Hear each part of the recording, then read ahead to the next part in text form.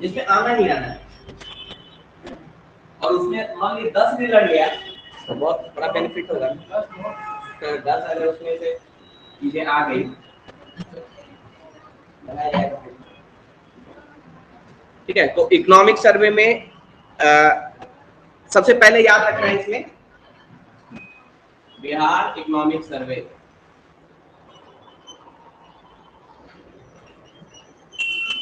2021-22 का economic survey है ना। पिछला साल जो पिछला फाइनेंशियल ईयर है उसका इकोनॉमिक सर्वे है।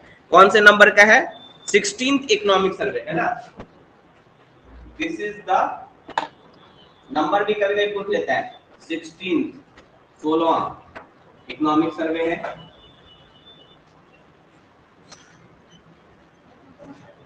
ओके, इकोनॉमिक सर्वे कौन तैयार करता है? फाइनेंस मिनिस्टर, है ना, ये भी ध्यान में रखना है। इकोनॉमिक सर्वे कौन तैयार करता है? Sorry, chief economic advisor. अब स्टेट में कौन करता है ये थोड़ा सा देखने होगा। यहाँ भी वही करता होगा। सेंट्रल में इकोनॉमिक सर्वे कौन तैयार करता है? चीफ इकोनॉमिक एडवाइजर जो होता है पीएम का, वो इकोनॉमिक सर्वे को तैयार करता है। स्टेट में भी यही करता होगा। स्टेट में कौन करता है? फाइनेंस मिनिस्टर, क्योंकि यहाँ चीफ इकोनॉमिक एडवाइजर नहीं होगा। हाँ, तो ये क्वेश्चन भी पूछ सकता है कि कौन करता है। उसके बाद इसमें 13 चैप्टर्स है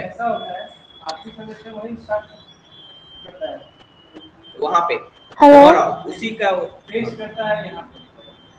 हाँ बोलिए। हर स्टेट का भी करता है, अलग-अलग होता होगा। हाँ, बोल रहे, क्या बोल रही है सर? आप बोले ना सेंटर में चीफ इकोनॉमिक एडवाइजर पीएम का करता है, स्टेट में कौन करता है? देखिए, जैसा मुझे लग रहा है ऐसा कहीं क्लियर कुछ लिखा हुआ नहीं है, लेकिन मुझे लगता है कि जो इकोनॉमिक सर्वे तैयार होता है वो ओवरऑल वहीं पे तैयार होता है। स्टेट का भी देखता होगा ना कि स्टेट, लेकिन डेटा यहाँ से भेजता होगा, है ना। बिहार गवर्नमेंट डेटा भेजती होगी उसको, उसे प्रिपेयर करके। और यहाँ का फाइनेंस मिनिस्टर, यहाँ कोई चीफ इकोनॉमिक एडवाइजर नहीं होता है। सर आपकी आवाज कट कट के आ रही है। सोमा, आवाज आ रही है क्लियर? अभी आ रही है सर। अभी आ रही है मतलब अभी तुरंत आ रही है? हाँ सर, अभी क्लियर आ रही है। तो चला रही है आवाज? बिना जब बोलने लगते हैं ना तो उसमें कट कट जाता है। अच्छा रुकिए, अगर इधर से प्रॉब्लम होगा तो उसको भी, सोमा को भी दिक्कत होगा। एक बार फिर मैं पूछ लूंगा बीच में। देखिए, मेरे हिसाब से फाइनेंस मिनिस्टर जो होता है, वित्त मंत्री, वही वित्त मंत्रालय ही तैयार करता है यहाँ पे बिहार में इकोनॉमिक सर्वे को। ठीक है, तो वो ध्यान रखना है, क्योंकि यहाँ पे कोई चीफ इकोनॉमिक एडवाइजर नहीं है। देखिए यहाँ पे 13 चैप्टर्स है इस बार। यहाँ पे 13 चैप्टर्स है। इट हैज 13 चैप्टर्स, है ना। पिछले बार न्यूज में था तो चैप्टर ये भी याद ही रखिए, कभी हो सकता है बीपीएससी का दिमाग घुमा ये भी पूछ लेगा कौन कौन से चैप्टर है। अब कौन कौन से चैप्टर है ये भी पूछ सकता है ना। नहीं पूछेगा, नहीं पूछेगा तो ठीक है, कोई दिक्कत नहीं है। ठीक है, यहाँ हम डिस्कस कर लेंगे क्या पूछ सकता है क्या नहीं पूछ सकता है। अब सबसे इंपॉर्टेंट है GSDP. The GSDP of Bihar had grown by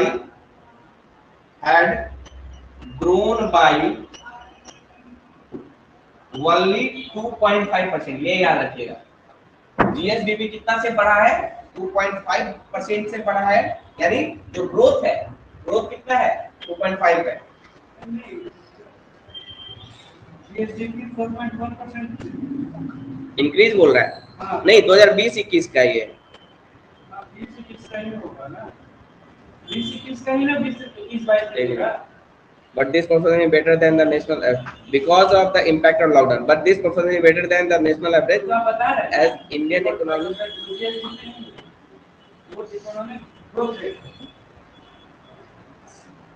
देखिए, जीएसडीपी जो ग्रो होता है,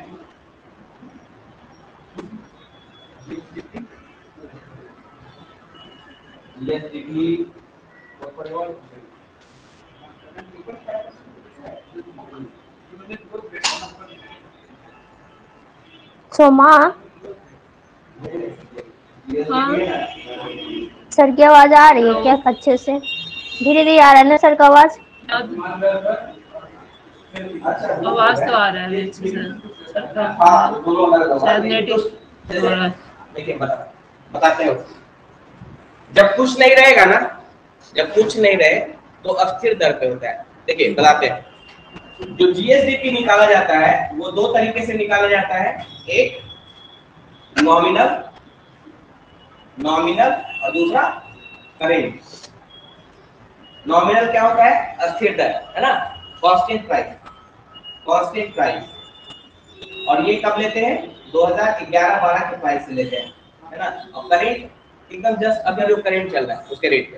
हाँ, तो ये अगर कुछ नहीं रहे तो नॉमिनल होगा, कुछ अगर नहीं रहे, सिर्फ जीएसडी में पूछ रहा है, ऐसा भी पूछ सकता है कि जीएसडी को बिहार एट ग्रोन बाय, है ना, ऐसे पूछ सकता है। जब कुछ नहीं रहे तो नॉमिनल, है ना, कांस्टेंट प्राइस 11-12 के बेस पे, है ना, वो कितना है? 2.5%। और ये कितना दिया हुआ है करेंट पे? जीएसटी अभी बताएंगे, सब बताएंगे, पहले डेटा पहले कितनी करेंट पे कितना दिया होगा?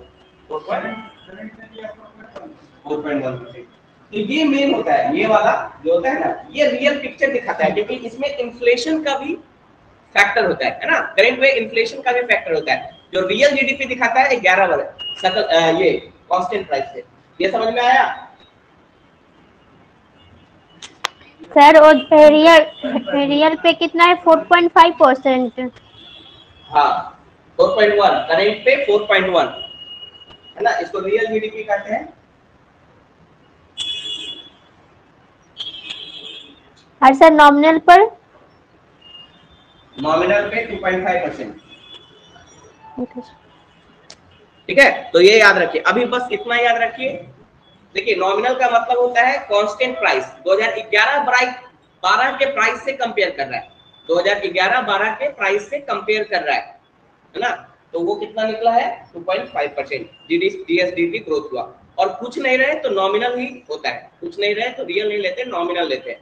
रियल में करेंट, रियल जीएसडीपी में करेंट वाला भी प्राइस होता है, इस समय का वो लिया जाता है।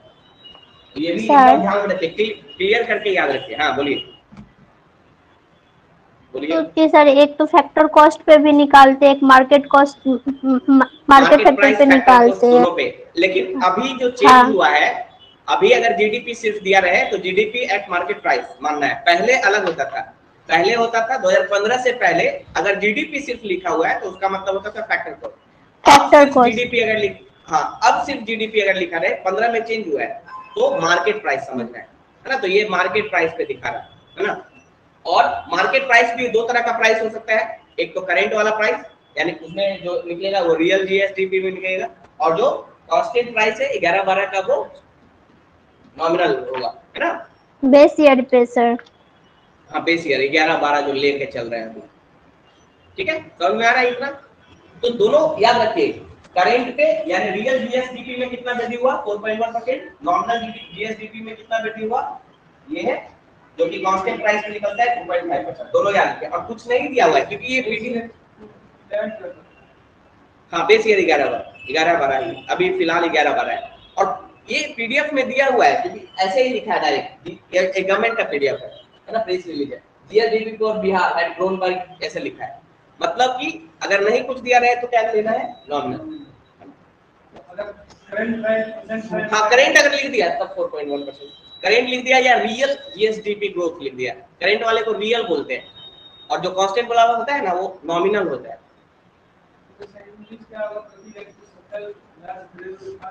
वो पर कैपिटा, हाँ अभी बताते हैं, इसमें सब डेटा है सारा लगभग, है ना। देखिए हिंदी में थोड़ा सा दिक्कत हो जाएगा, इसलिए ट्राई कीजिए, हाँ दिक्कत हो जाएगी, इसलिए इंग्लिश में ही याद कर लीजिए। हम एक एक चीज बता देंगे इकोनॉमिक का, ठीक है। इसके अलावा क्या डेटा है? और ये देखिए, ये जो 20-21 में जो ग्रोथ हुआ है 2.5%, वो क्यों हुआ है? लॉकडाउन की वजह से। और यही अगर हम सेंटर से कंपेयर करें तो सेंटर में कितना था? सेंटर में कितना दिखा रहा है? 7.5%। 20-21 में जो जीडीपी में ग्रोथ हुआ है, nominal GDP growth, nominal GDP growth at centre, GDP मतलब सेंटर ही हुआ, एस लग जाएगा तो स्टेट वाला होगा। ग्रोथ कितना हुआ है? 7.5%।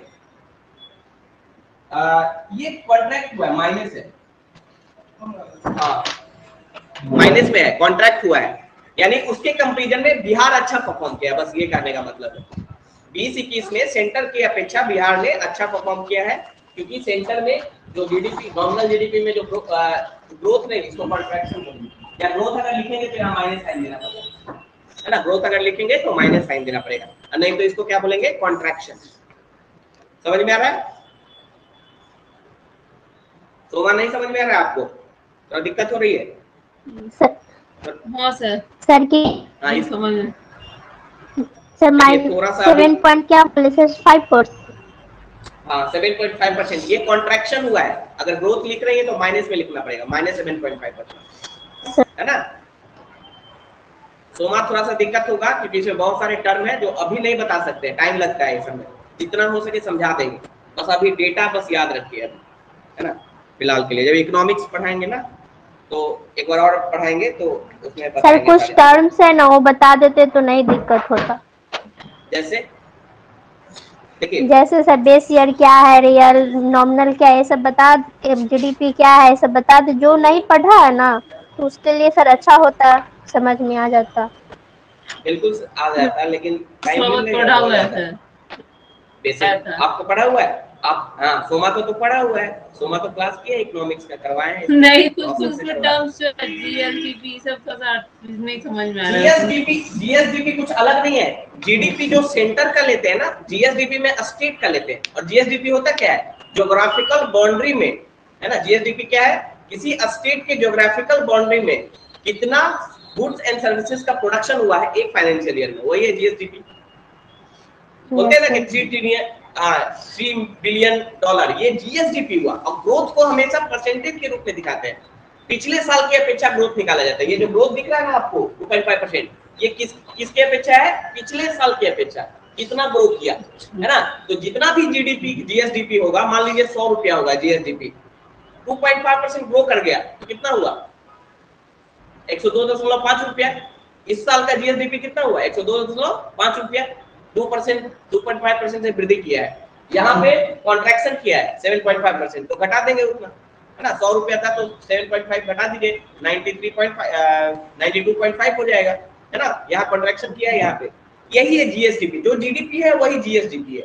अब यहाँ पे थोड़ा सा बता देते हैं, नॉमिनल का मतलब होता है, नॉमिनल का मतलब होता है कांस्टेंट प्राइस पे, है ना, कांस्टेंट प्राइस पे, क्योंकि जब जीडीपी को वैल्यू निकालते हैं, जो गुड्स एंड सर्विसेज प्रोड्यूस हुआ है, जो गुड्स एंड सर्विसेज प्रोड्यूस हुआ उसका कुछ वैल्यू होगा ना, उसका जो मार्केट वैल्यू होता है उसी को जीएसडीपी कहते हैं। जो गुड्स एंड सर्विसेज प्रोड्यूस हुआ उसका जो मार्केट वैल्यू है उसी को कहा जाता है जीएसडीपी। अब ये मार्केट वैल्यू दो तरह से हो सकता है कि नहीं, मार्केट जो वैल्यू है किसी सामान का उसको कंपेयर करेंगे कहां से, 11-12 के बेस कांस्टेंट ईयर से, हाँ कांस्टेंट ईयर, 11-12 हमने जो प्राइस था उससे कंपेयर करेंगे, उसमें क्या होगा, इन्फ्लेशन वाला वो रोल नहीं रहेगा। 11-12 से अभी तक 11-12 में जो प्राइस था उसी प्राइस पे जब निकालेंगे तो उसे बोलेंगे नॉमिनल जीडीपी।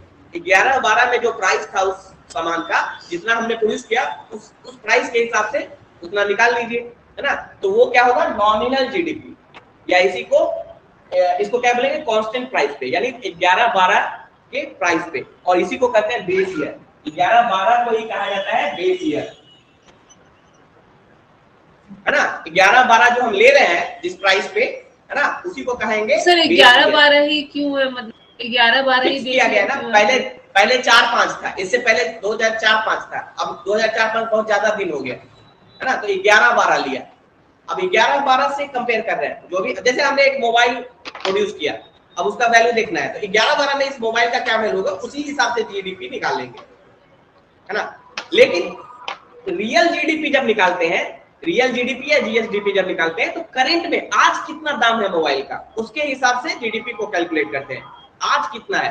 तो हो सकता है महंगाई बढ़ गया होगा, 11-12-10 साल में महंगाई बढ़ा होगा, उस महंगाई के कारण मोबाइल का दाम सेम थोड़ी रहेगा। 11-12 में जो मोबाइल का दाम था आज थोड़ी वही मोबाइल का दाम है, बढ़ा ना महंगाई के कारण, इन्फ्लेशन के कारण। तो जब करेंट प्राइस पे आज के डेट में क्या प्राइस, आज के डेट में क्या प्राइस है उस पे जब निकालेंगे तो उसको क्या कहेंगे, रियल जीएसडीपी, उसमें करेंट का प्राइस लेते हैं। तो उसके उस प्राइस पे जब तुलना किए पिछले साल से तो कितना ग्रोथ निकला, 4.1%। है ना, लेकिन कांस्टेंट प्राइस के अपेक्षा, समझ रही है, समझ में आ रहा है कि नहीं आ रहा है? हाँ सर। देखिए हाँ ग्रोथ कैसे निकलता है, ये जो 2.5% ग्रोथ कैसे निकला, प्रीवियस इस ईयर का जीडीपी 20 ईयर, मान लीजिए आपको 20-21 का निकालना है, 20-21 ग्रोथ कितना हुआ, तो 20-21 का जीएसडीपी माइनस 19-20 का जीडीपी, 19-20 का जीडीपी डिवाइडेड बाय 19-20 का जीडीपी इनटू 100, ऐसे निकलता है पिछले साल की अपेक्षा कितना ग्रोथ हुआ, समझ रहे हैं? 20-21 का ग्रोथ निकालना है आपको, क्या करेंगे, 20-21 का जीडीपी माइनस पिछले साल का 19-20 का जीडीपी डिवाइडेड बाय 19-20 का जीडीपी इनटू 100, ऐसे करके परसेंटेज निकलता है, ये 2.5% आया। हाँ, तो ये बता रहे हैं कि कैसे कंपेयर करते हैं, पिछले साल की अपेक्षा से उसको कंपेयर किया जाता है, ठीक है, समझ में आया? और जो प्राइस ले रहे हैं, अगर कांस्टेंट प्राइस ले रहे हैं तो नॉमिनल जीडीपी और करंट जीडीपी, बेसिक में भी आ सकता है क्वेश्चन इकोनॉमी में, ठीक है। अब आगे चलिए नेक्स्ट डेटा। सर, हाँ हेलो सर, अभी जो बता रहे हो 21-22 का नाम बता रहा है इकोनॉमिक सर्वे। हाँ, इकोनॉमिक सर्वे 21-22 का है, लेकिन जो ग्रोथ दिखा रहा है वो 20-21 का। इकोनॉमिक सर्वे 21-22 का है, लेकिन जो ग्रोथ का डेटा लिख रहे हैं वो ध्यान रखिएगा 20-21 का ग्रोथ है, 20 से, यानी मार्च 1 अप्रैल 2020 से 31 मार्च 2021 के बीच में कितना ग्रोथ हुआ वो दिखा रहा है ना। और इकोनॉमिक सर्वे कब का है, 21-22 का, समझ रहे हैं? इकोनॉमिक सर्वे है 21-22 का, लेकिन अभी 21-22 का डेटा आया नहीं, आ गया है। ग्रोथ का कितना है बिहार के जीएसडीपी का,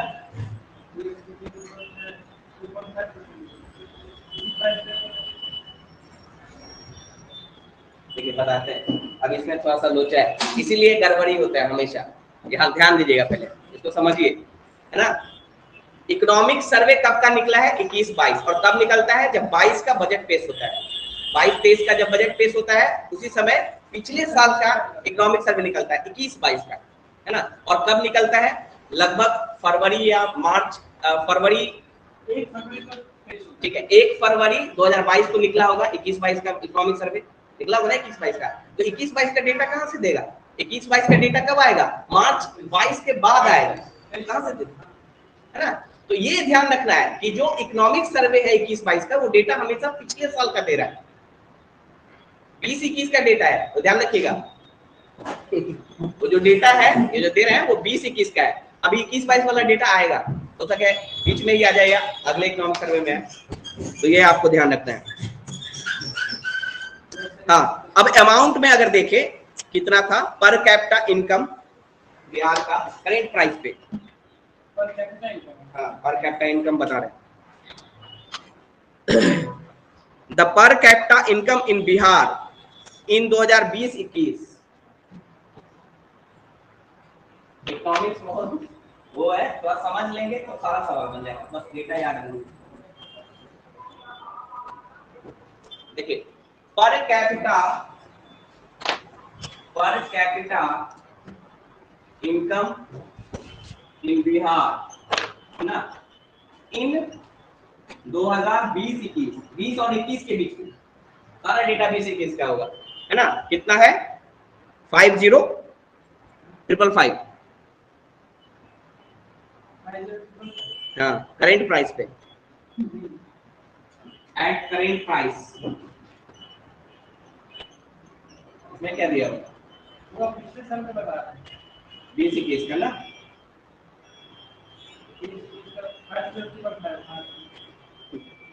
वही है ना। अरे कंफ्यूज नहीं रखना है, जो डेटा दे रहे हैं 20-21 का ही पूछेगा ना, 21-22 का डेटा आया नहीं, कहाँ से पूछ देगा।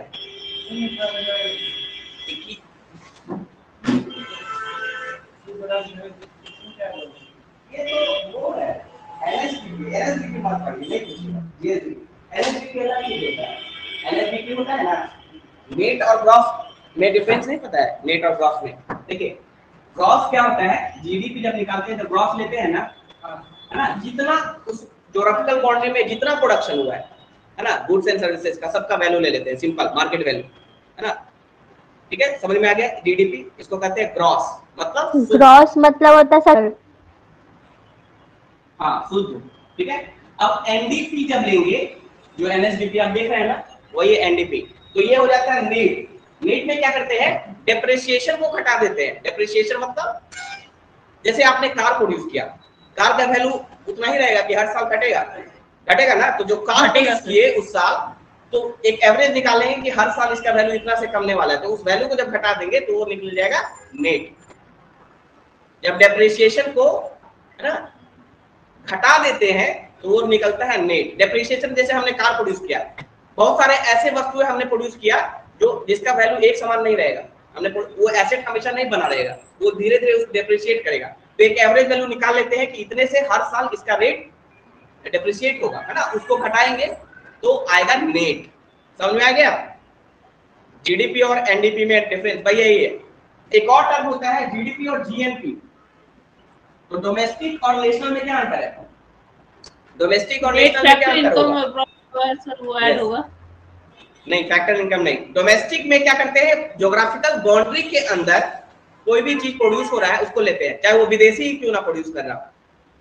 जीडीपी में चाहे वो विदेशी, हमारे बाउंड्री के अंदर जो भी प्रोड्यूस हो रहा है।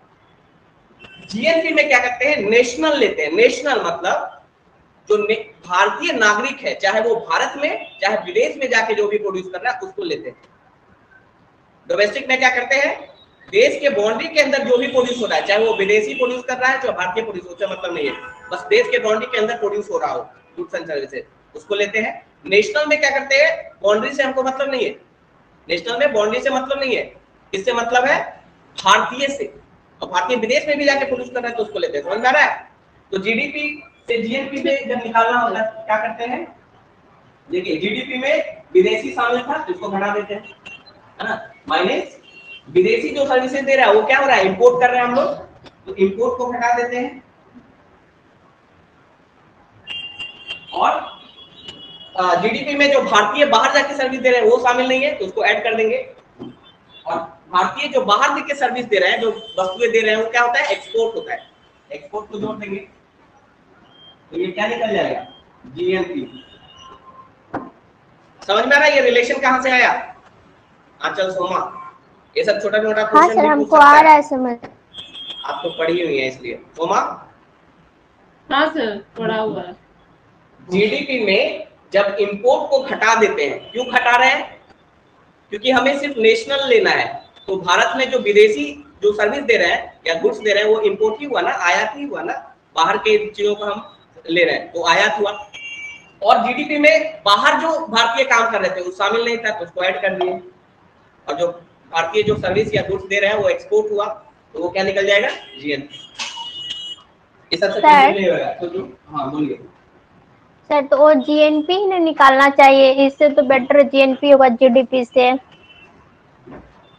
देखिए निकलता सभी में है, जो हमारा नेशनल इनकम है वो सब में निकाला जाता है, जीडीपी भी निकलता है, जीएनपी भी, लेकिन जो ऑथेंटिक होता है जीडीपी होता है, क्योंकि हमें देश में कितना प्रोड्यूस हुआ वो उससे मतलब है।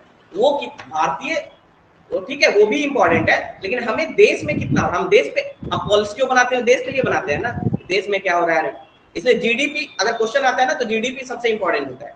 जीडीपी सबसे इंपॉर्टेंट इंडिकेटर है नेशनल इनकम का, बस ये ध्यान रखना है। अब देखिए पर कैपिटा इनकम ये याद रख लीजिए, ठीक है, ये पर कैपिटा इनकम याद रख लीजिएगा, कितना है 50,555 ईयरली, ठीक है। पर कैपिटा इनकम ईयरली निकाला जाता है। बिहार में कितना रहा 2021 में 50,555 करेंट प्राइस पे, करेंट प्राइस पे दिया है उसमें 50,555 करेंट प्राइस पे, मतलब अभी का जो प्राइस है उसकी तुलना करेंगे उससे वो होगा 50,555। इंडिया का कितना था, देखिए इंडिया से थोड़ा सा कंपेयर करते रहिए। इंडिया का है 86,650 पर कैपिटा इनकम इंडिया का, है ना। इंडिया का इनकम कितना था 2021 में करंट प्राइस पे 86,659। बिहार का कितना है 50,555। ये डेटा है तो याद हो जाएगा।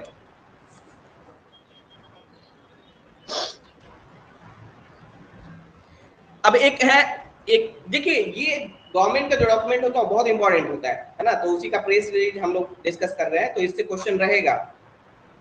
एक है देखिए, लास्ट 5 ईयर में प्राइमरी सेक्टर बिहार का कितने परसेंट से ग्रो किया है, ये क्वेश्चन आ सकता है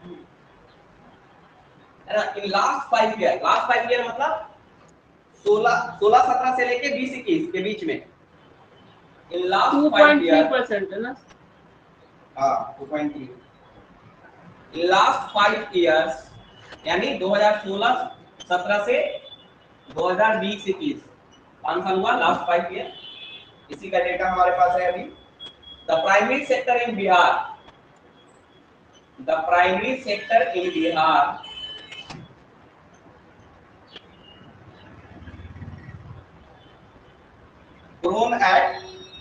had grown at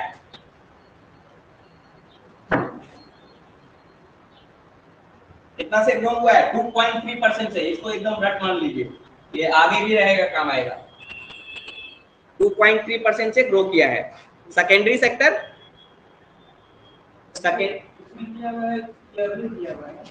एडली कितना है, 19.2%। ये कंट्रीब्यूशन होगा, ग्रोथ नहीं होगा। जीएसडीपी में कंट्रीब्यूशन होगा, इतना ग्रोथ थोड़ी कर सकता है। हाँ प्राइमरी का कंट्रीब्यूशन वो आएंगे हम लोग। ये ग्रोथ देख लीजिए, ये अलग है क्वेश्चन, ये ग्रो हुआ है ना, ऑन एन एवरेज दे रहा है, हर 5 साल पिछले साल के अपेक्षा इतना परसेंट से ग्रो कर गया है ना, वो कंट्रीब्यूशन फिर बताएंगे। उसके बाद है ये प्राइमरी सेक्टर है, जिसमें एग्रीकल्चर एलाइड सेक्टर आता है, माइनिंग भी आता है प्राइमरी सेक्टर में। सेकेंडरी में, सेकेंडरी कितना से ग्रो किया है, सेकेंडरी सेक्टर कितना से ग्रो किया है, ऑफिशियल डेटा के अनुसार 4.8 हाँ 8%, यानी प्राइमरी से ज्यादा ग्रोथ हुआ है सेकेंडरी में, और हाँ ज्यादा रहेगा। और टर्शियरी सेक्टर 8.5 हाँ टर्शियरी सेक्टर। तो ये अच्छा इंडिकेशन है, लेकिन अच्छा इंडिकेशन नहीं है, ये बोल सकते हैं। डिपेंडेंसी प्राइमरी सेक्टर पे ज्यादा है ना, लेकिन ग्रोथ कम हो रहा है उस हिसाब से।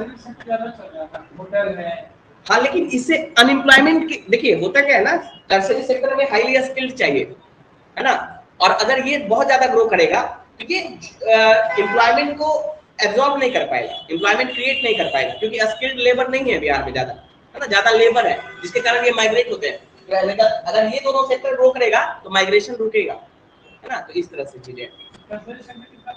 8.5 समझ में आ रहा है, 8.5%, क्योंकि ज्यादा डिपेंडेंसी है हमारा इस पे प्राइमरी पे, और ज्यादा लेबर फोर्स भी हमारा इसी में, तो इसका ग्रोथ होना जरूरी है। ठीक है, उसके बाद है, इसके बाद कहानी है, देखते हैं डेटा क्या है। हाँ टोटल एक्सपेंडिचर दिया हुआ है यहाँ, स्टेट गवर्नमेंट के द्वारा टोटल एक्सपेंडिचर 2021 में कितना हुआ, तो इंक्रीज किया है 13.4% से प्रीवियस ईयर्स की अपेक्षा, है ना, और कितना हुआ है 1,62,696 करोड़। ये भी लिख लीजिए, जो पब्लिक होता है, पब्लिक एक्सपेंडिचर इसे बोलते हैं, मतलब स्टेट के द्वारा। देखिए इसमें कितना आता है, किस तरह का आता है डेटा, है ना। The expenditure by the state government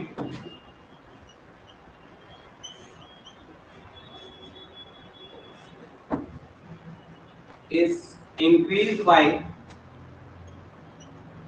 13.6%। देखिए इसका भी बहुत बड़ा सिग्निफिकेंस होता है, 13.6 ही है ना, 4% है ना, 4%। 4 ये सब बहुत इंपॉर्टेंट है, पॉइंट के बाद वाला भी इंपॉर्टेंट है। 13.4% टू रीच कितना पहुंचा है अभी, टू रीच 1,65,696 करोड़, 1,65,696 करोड़। याद कर लीजिए, ये ऑफिशियल प्रेस रिलीज हुआ है तो हो सकता है नहीं दिया है।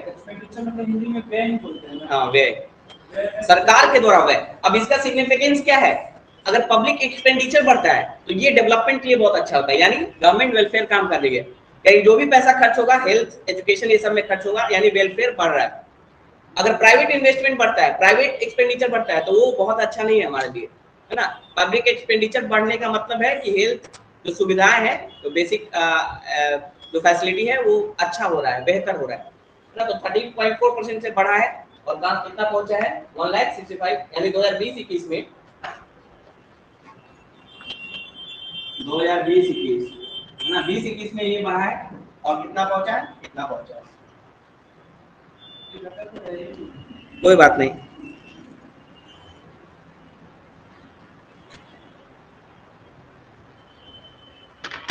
इसके बाद है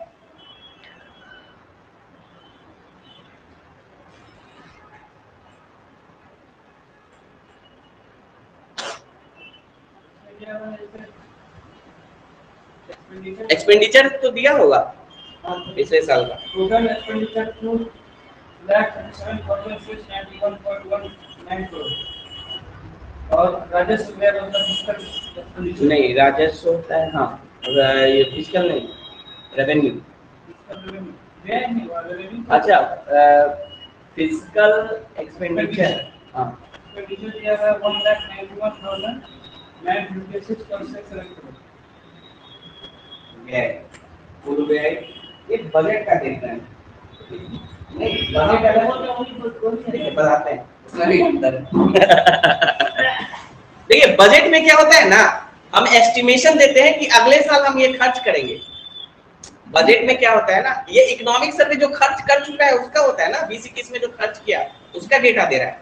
बजट में पढ़ाएंगे तो बजट में जो आगे करने वाला है, जैसे 22-23 का बजट पास हुआ है तो 22-23 के बीच में जो एक्सपेंडिचर करेगा उसको डेटा देगा ना बजट में।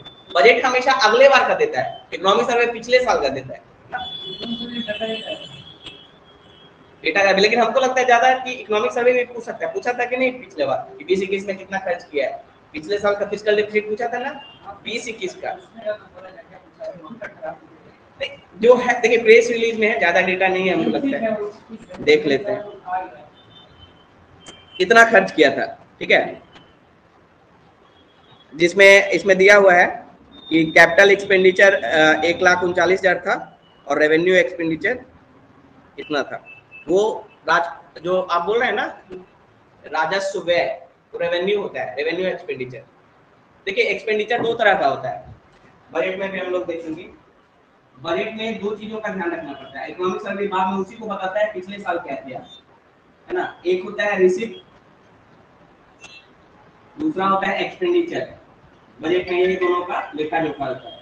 रिसिप्ट में भी दो तरह था, कैपिटल और रेवेन्यू। एक्सपेंडिचर में भी दो तरह था, सेम कैपिटल और रेवेन्यू। अब बोलिएगा कि ये कैपिटल रिसिप्ट क्या है ना। जो कोई या तो एसेट क्रिएट करे, एसेट जो क्रिएट करे, कैपिटल क्या होता है जो एसेट क्रिएट करे, है ना, रोड बनाना, हाँ रोड बनाया, है ना। लेकिन रिसिप्ट में देखना है तो इसमें हमेशा रिसिप्ट में जो कैपिटल होगा वो सिर्फ एसेट क्रिएट करेगा, जैसे हाँ रोड बनाया कुछ भी, या पैसा उसके पास आया, हाँ लोन लिया, जो पैसा इसके पास आया एक्सपेंडिचर होगा ना। हाँ, नहीं जो रोड बनाया वो खर्च किया तो कैपिटल एक्सपेंडिचर में एक्सपेंडिचर में जाएगा। हाँ वो कैपिटल एक्सपेंडिचर में, यहाँ पे एसेट क्रिएट हुआ तो ये या तो एसेट क्रिएट हुआ या लायबिलिटी बढ़ेगा। लायबिलिटी कैसे बढ़ेगा, जैसे कर्ज ले लिए तो लायबिलिटी बढ़ रहा है, तो ले रहे हैं तो कैपिटल रेवेन्यू आएगा। देखिए दो ही चीजें हैं, या तो एसेट क्रिएट हो या लायबिलिटी क्रिएट हो। अब आपको ये ध्यान रखना है कि लेगा तो जैसे पैसा ले रहा है कर्ज पे तो लायबिलिटी बढ़ रहा है, तो वो भी कैपिटल रिसिप्ट में आ जाएगा क्योंकि ले रहा है। रोड पे खर्च कर रहा है तो एक्सपेंडिचर हो रहा है, लेकिन एसेट बन रहा है कि नहीं, एसेट क्रिएट हो रहा है ना, स्कूल बना रहा है, ये हो रहा है, वो सारी चीजें, तो वो एक्सपेंडिचर में कैपिटल में आएगी। बस ये ध्यान रखना है। रेवेन्यू क्या होता है, जिससे रेवेन्यू हमेशा देखिए रिसिप्ट में रेवेन्यू तो पता ही है, दो तरीके से आता है, एक टैक्स और दूसरा नॉन टैक्स। नॉन टैक्स में गवर्नमेंट का जो शेयर लगा हुआ है वो जैसे कंपनी वगैरह है। हाँ, तो एक पैसा कहाँ से आ रहा है, गवर्नमेंट को इनकम कहाँ से हो रहा है, तो एक तो टैक्स से हो रहा है, तो टैक्स रेवेन्यू, दूसरा non tax revenue. Non tax revenue receipt में सिर्फ देख रहे हैं अभी, तो नॉन टैक्स में जैसे गवर्नमेंट जो पैसा लगाए हुए उस पे जो उसको सूद आ रहा है, या जो भी शेयर पे जो डिवेंचर आ रहा है, हाँ, उसका जो प्रॉफिट वही डिवेंचर, शेयर पे जो लगाता है उसको डिवेंचर बोलते हैं। तो डिवेंचर जो आ रहा है, या फिर किसी को कर्ज लिए हो तो जो इंटरेस्ट आ रहा है, इंटरेस्ट हमेशा इसमें आएगा, है ना, और जो मूल पैसा जो आएगा वो कैपिटल अकाउंट में आएगा। तो जैसे किसी को कर्ज दिया हुआ है, जो कर्ज चुकाएगा जब गवर्नमेंट को, तो कर्ज जब चुकाएगा गवर्नमेंट को तो कैपिटल में चला जाएगा उसका कर्ज, लेकिन इंटरेस्ट किस में जाएगा, इसमें रेवेन्यू से। उसी तरह यहाँ पे एक्सपेंडिचर में भी कैपिटल, और कैपिटल में रोड बना दिए, एसेट क्रिएट हो गया, एक्सपेंडिचर किए कैपिटल में, मशीन खरीद दिए, है ना, कैपिटल। रेवेन्यू एक्सपेंडिचर में पेंशन, सैलरी, या फिर टैक्स, जो भी एडमिनिस्ट्रेशन में जो खर्च हो रहा है ना, वो आएगा रेवेन्यू एक्सपेंडिचर में। समझ में आ गया ये सारी चीजें, यही सब लेखा जोखा रहता है। तो अलग अलग लिखना है इसको, रेवेन्यू और कैपिटल को, बस इतना ही रहने देते हैं। हम लोग एनालाइज करते हैं, जो जरूरत होगा उतना कर लेंगे, ठीक है। अब यहाँ पे देखिए, agriculture occupies a very crucial space in Bihar economy. The growth in agriculture and allied sector has been studied in Bihar. The gross cropped area, ये याद रखिएगा, gross cropped area उस दिन बताए थे आपको, फिर से बता देंगे। gross cropped area in Bihar, ये भी इंपॉर्टेंट डेटा हो सकता है आपके लिए। इन 2019-20 का डेटा है हमारे पास, जो डेटा अवेलेबल है वही देगा, यही पूछ देगा, क्योंकि यही data available. Gross crop area in Bihar in 2019-20 कितना है, 72.97 लाख हेक्टेयर, 72.97 लाख हेक्टेयर, ये भी याद रख लीजिए, क्योंकि इसी से पता चलता है एग्रीकल्चर का कितना बेहतर हो रहा है। ग्रॉस क्रॉप एरिया क्या होता है, उसी दिन बताए थे, हाँ, जितने एक साल एक एग्रीकल्चर एरिया में जितने लैंड पे खेती हुई है, जितने लैंड पे भी खेती हुई है, वो अगर ग्रॉस क्रॉप एरिया बढ़ रहा है, इसका मतलब एग्रीकल्चर का लैंड बढ़ रहा है ना। तो ये भी इंपॉर्टेंट इंडिकेटर है, तो बस ये डेटा याद रखिएगा, ये 2019-20 ये ध्यान रखिएगा। हाँ बोलिए सर, किधर लिखे हुए हैं ग्रॉस क्रॉप?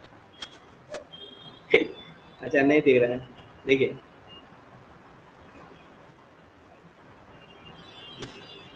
ट्राई करेंगे कि हम लोग बजट इकोनॉमिक्स हमें अच्छे से पढ़ लें, खासकर बिहार इंडिया में पढ़ लेंगे तो अच्छी बात है। तो gross crop area in Bihar 2019-20 में कितना था, 72.97 लाख हेक्टेयर। क्रॉपिंग इंटेंसिटी पूछ सकता है, क्रॉपिंग इंटेंसिटी ऑफ 144%, बताए थे कैसे निकलता है क्रॉपिंग इंटेंसिटी, ये सब बहुत इंपॉर्टेंट डेटा है।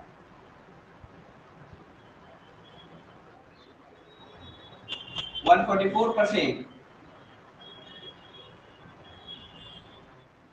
ये भी 19-20 का है, यानी एग्रीकल्चर से जो डेटा है 19-20 का आ रहा है। 144 कैसे निकलता है बताइए sir?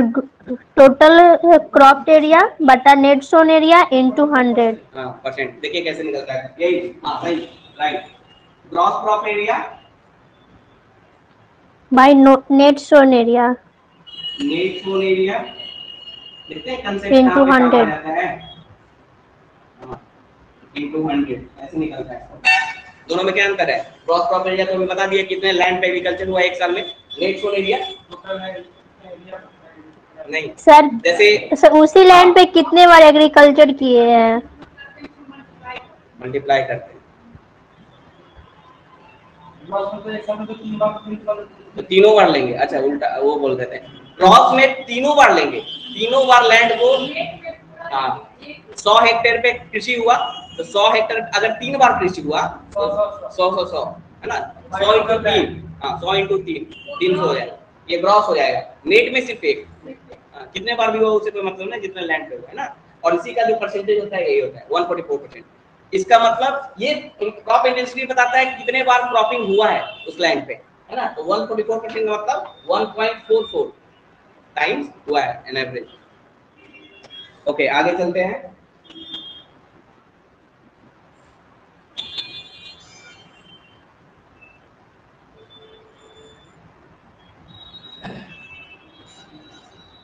Live stock and fishery अलग अलग करके तो नहीं आ सकता है। Food production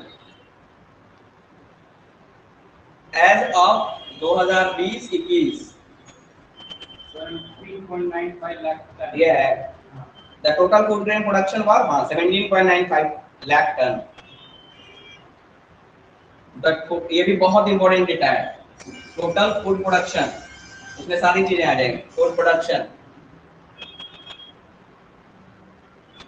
total food production कितना है, इस रिकॉर्ड है इस बार का, हो सकता है लाख टन।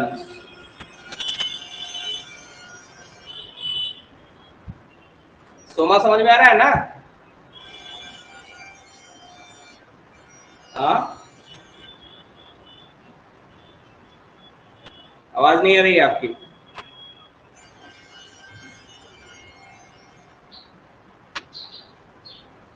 हाँ, फिश प्रोडक्शन में सेल्फ सफिशिएंसी इस साल अचीव किया है इकोनॉमिक सर्वे के हिसाब से। Fish production record production of 6.83 lakh tonne, याद रखिए कैपेसिटी, ठीक है। तो फिश प्रोडक्शन कितना हुआ 2021 में?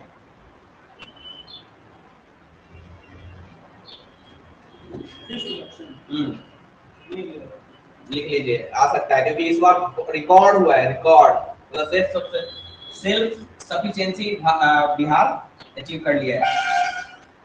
6.83 लाख टन, 6.83 हाँ लाख टन। तो गवर्नमेंट दे रहा है, ये क्या बोलते हैं, सब्सिडी दे रहा है इसके। हाँ, सब्सिडी, इसीलिए मछली पालन बहुत ज्यादा बढ़ रहा है इस बार। Sir side होइएगा।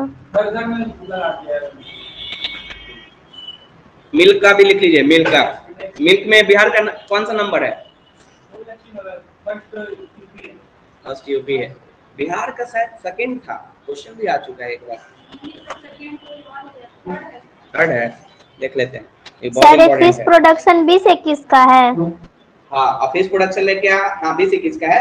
और फिश प्रोडक्शन में क्या रैंक है?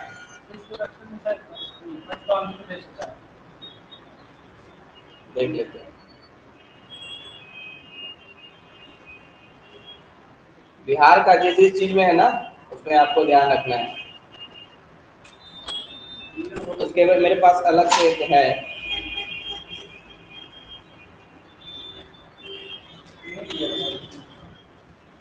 नहीं दिया है फिश वाला, एग्रीकल्चर में है ना, क्रॉप का है, एग्रीकल्चर प्रोडक्शन जो आर्टिफिशियल कॉटन।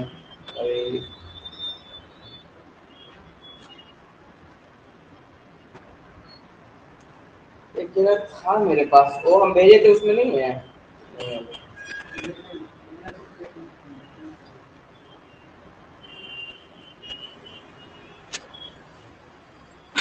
ये कुछ दिया नहीं है, मिल्क भी नहीं दिया है।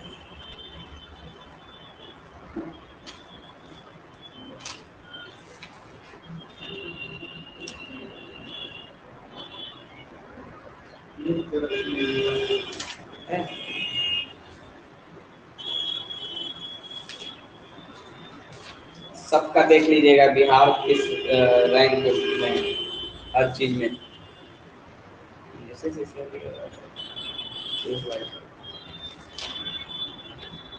अच्छा, देखते हैं, मिल जाएगा। उसके बाद लिखे मिल्क का प्रोडक्शन, इतना छोटा है देखने में, एज ऑफ टुडे प्रोडक्शन इतना है। State has attend almost in milk production towards further growth of agriculture sector Bihar.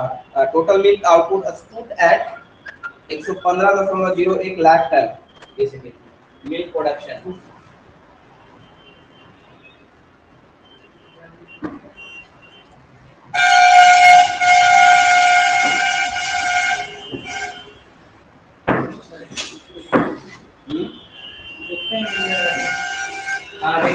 पूछ सकता है क्योंकि रिकॉर्ड हुआ है अभी, फिश और मिल्क ये दोनों रिकॉर्ड हुआ है, इसमें रैंक पूछ सकता है बिहार का।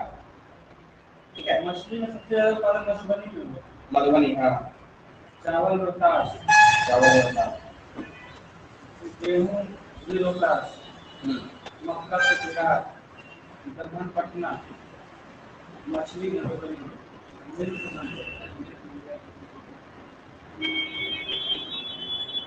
मछली में फोर्थ पोजीशन है बिहार। हाँ, तो याद रखिएगा, यदि पूछ सकता है, इस बार पूछ सकता है मिल्क और मछली दोनों। मिल्क नहीं मिला नेट पे नहीं है,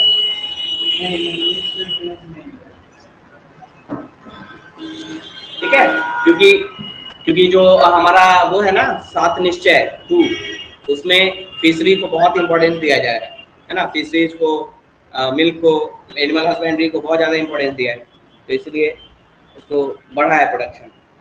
ठीक है, मिल्क का कितना है 115.01 लाख टन 2020-21।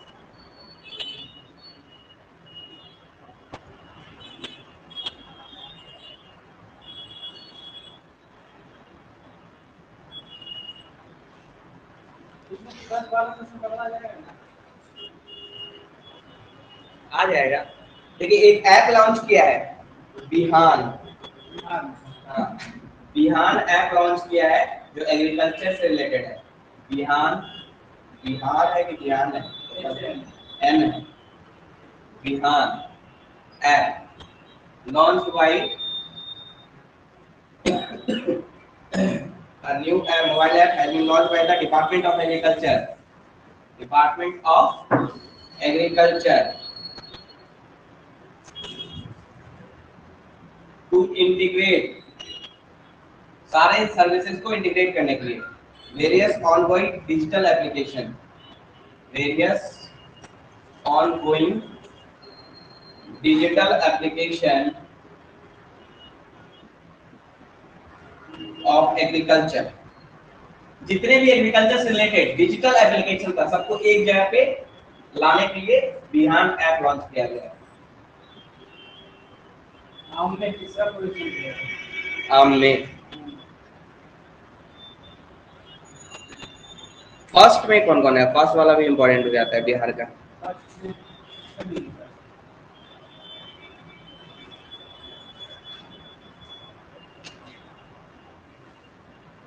हाँ मिल गया,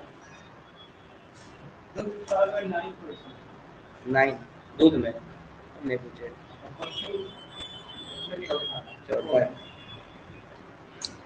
due to the Bihar has इतना for investment work of इतना करें इतना मोस्ट अट्रैक्टिव इंडस्ट्री या इथेनॉल, हाँ इथेनॉल का पहला प्लांट लगाया है पूर्णिया में, है ना। दरभंगा में दूसरा चीज है, पूर्णिया में ग्रेन बेस्ड इथेनॉल है, अभी कुछ दिन पहले अलाउ किया था ग्रेन से बनाने के लिए इथेनॉल, हाँ फ्लोटिंग सोलर पावर प्लांट ना। तो याद रखिएगा जो इथेनॉल सबसे बड़ा इंडस्ट्री आ रहा है उभर के बिहार के लिए, है ना, इसमें दिया है, इस रिलीज में लिखा है कि 3 most attractive industry in Bihar. 3 most attractive, क्यों अट्रैक्टिव, जब से इसको शुगर केन तो पहले से ही था, जब से ग्रेन बेस्ड बना है ना इथेनॉल को अलाउ किया है इंडियन गवर्नमेंट ने, तब से बिहार बहुत हो गया। हाँ मक्का होता, हाँ मक्का से बनता है। तो 3 most attractive industry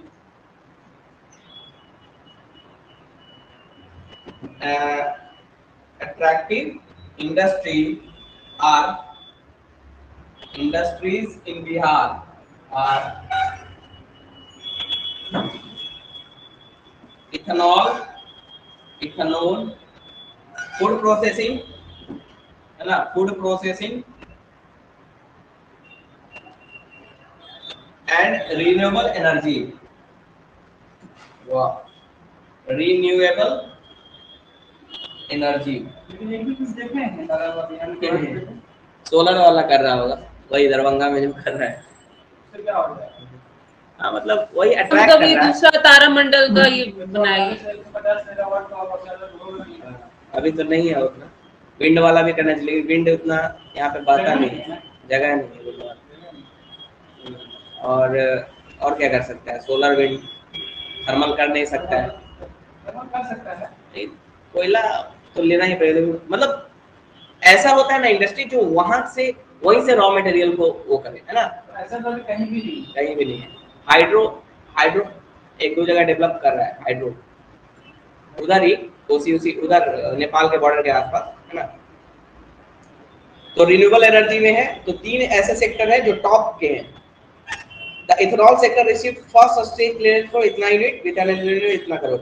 to incentivise ethanol production the state government has formulated ethanol production promotion policy.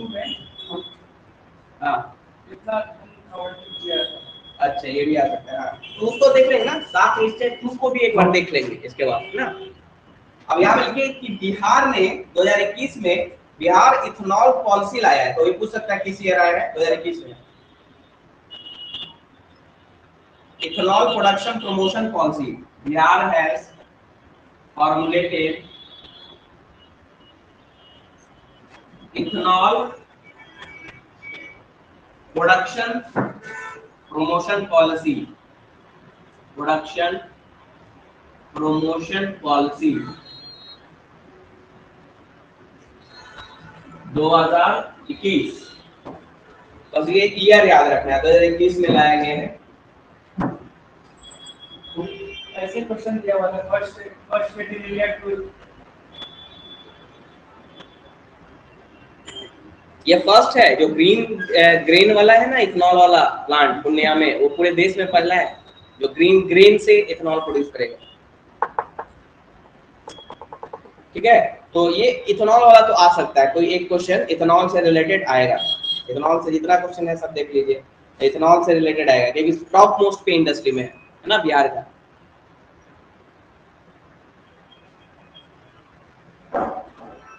ठीक है, ये हो गया। द स्टेट गवर्नमेंट है also adopted the oxygen production promotion policy 2021, ये भी है ऑक्सीजन, क्योंकि वही हुआ था ना अभी लॉकडाउन में, है ना, कोविड के टाइम में ऑक्सीजन की कमी हो गई थी, है ना, तो ऑक्सीजन प्रोडक्शन पॉलिसी भी लाया है, oxygen production promotion policy, oxygen production promotion policy 2021, है ना, 2021।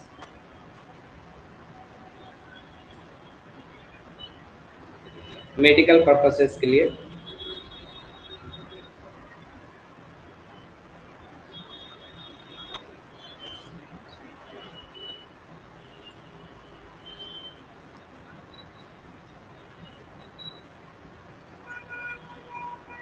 Bihar building and other construction workers rule 2015, इतना lakh workers are registered only from in इतना the state government provided financial help to इतना लाख, ये सब डेटा नहीं है। Apart from that through different commissions the state government has also created employment opportunities public sector. In इतना the Bihar public service commission has इतना vacancy. The transport department has taken several initiative recently to improve citizen friendly services, road safety etc. Bihar recorded the highest growth in the country in transport. Bihar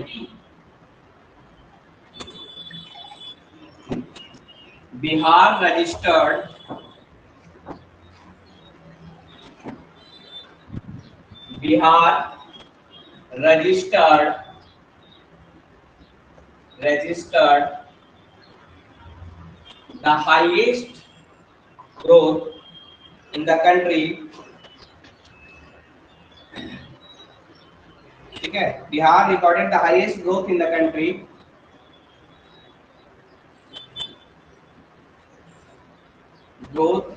country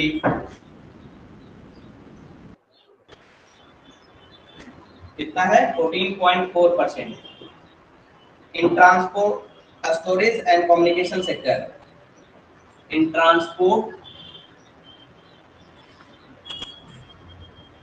storage and communication system, है ना, ये सब data important है। During the last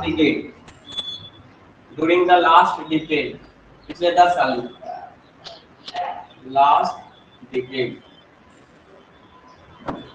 11 से 20 के बीच में,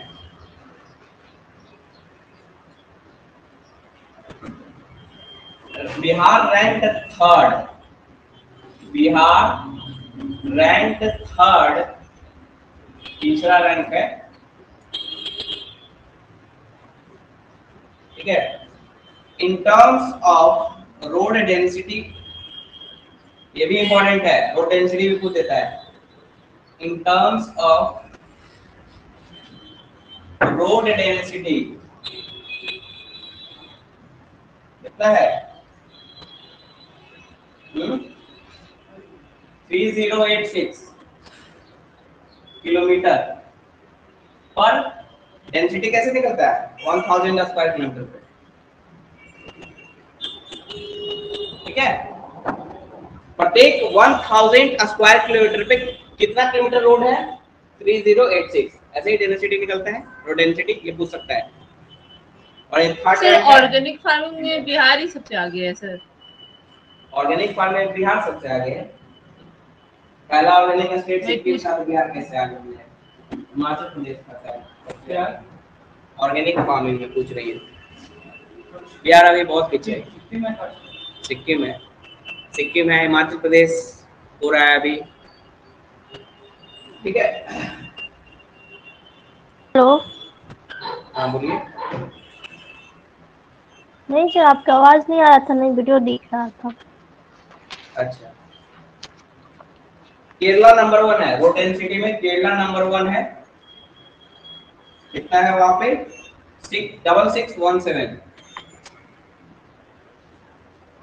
और waste Bengal second पे है।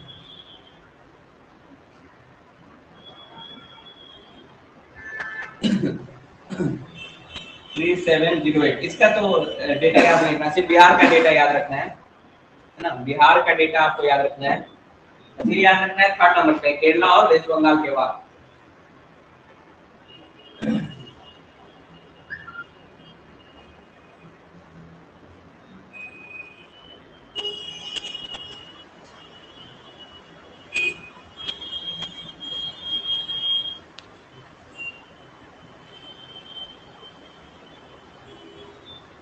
Energy sector, per capita consumption of energy, per capita, ये सब डेटा पूछ सकता है। पर कैपिटा कंजम्पशन ऑफ, ये सारे एक बार पूछा है। हाँ वो पहले से 32 किलोमीटर था। हाँ, per capita consumption of energy in Bihar, सबने पूछा हुआ है। 350 किलोवाट आवर, 350 किलोवाट। पहले कितना था? 332। हाँ, 2020-21 पर कैपिटा एनर्जी मतलब एक आदमी कितना एनर्जी कंज्यूम कर रहा है, और इससे उसका डेवलपमेंट दिखता है। जितना ज्यादा होगा पर कैपिटा एनर्जी कंज्यूम, उतना ज्यादा डेवलप होगा स्टेट। इसमें रैंक नहीं दिया है किस रैंक पे पर कैपिटा एनर्जी कंज्यूम, ठीक है, कोई दिक्कत नहीं है। The peak demand meet again had a growth of around 109.5% to this इतना from इतना। The aggregate consumption of electricity in the state during कितना was इतना 1000 mega unit, which increased to इतना 1000 मेगा यूनिट। ये भी सर केरल का क्या लिखे हैं sir? Total consumption of electricity in 2020-21 in Bihar, इन 2020-21 कितना है? which increased to नहीं 31.4 है मेगा यूनिट। 1000 इतना 1000 मेगा यूनिट इन 2020-21। टोटल इतना कंजम्पशन हुआ है 20-21 में। जो ग्रोथ हुआ है 45% ग्रोथ हुआ है 4 साल के अंदर। हाँ, पावर जनरेशन कैपेसिटी कितना है? क्या टोटल कंजप्शन ऑफ इलेक्ट्रिसिटी क्या लिखी है कितना? Total consumption of electricity in Bihar in 2020-21 31.4 thousand mega unit, 31.4 thousand mega unit. और उसके बाद है जो इम्पोर्टेंट एक और डेटा है आपके पास, पावर जनरेशन कैपेसिटी कितना है 20-21 में? नहीं दिया है उसमें। पावर जनरेशन कैपेसिटी 6422 मेगावाट, वही 6422 मेगावाट 20-21 में। Power generation capacity in 2020-21 6422 megawatt, 6422 megawatt. ये भी इंपॉर्टेंट डेटा है। कैपेसिटी कितना है ना, पावर जनरेशन कैपेसिटी। कंजम्पशन मतलब उपभोग कितना कर सकता है, कितना कंज्यूम हुआ है इलेक्ट्रिसिटी बेसिकली। हाँ 31.4 थाउजेंड मेगा यूनिट, यूनिट से निकालते हैं ना, एक यूनिट नहीं निकालते हैं। 350 किलोवाट आवर, ये पर कैपिटा कंजम्पशन है, एक आदमी। ये टोटल कंजम्पशन है बिहार का। टोटल इतना कंज्यूम हुआ है, इतना यूनिट है ना। एक यूनिट हम लोग उठाते हैं ना, एक यूनिट बिजली, उसमें कितना हो रहता है, कितना किलोवाट आवर रहता है एक यूनिट में? ये बता, 1 किलोवाट आवर रहता है क्या? सर लास्ट में क्या लिखे हैं सर? नीचे सबसे power generation capacity, power generate करने की क्षमता। क्षमता मतलब कितना कर सकता है, वो जरूरी नहीं कि इतना करेगा ही, एक कैपेसिटी इतना है।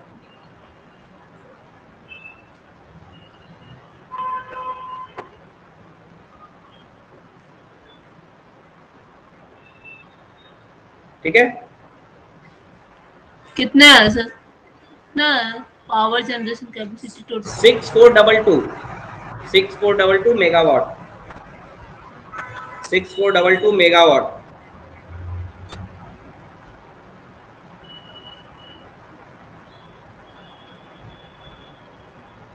बाकी नहीं है। Jeevika has facility the linkage of more than 11 lakh SHG. क्या आ सकता है क्या? कितना लाख एसएचजी अभी क्रेडिट लिंक्ड है? आ सकता है ना अंडर जीविका। जीविका क्या है?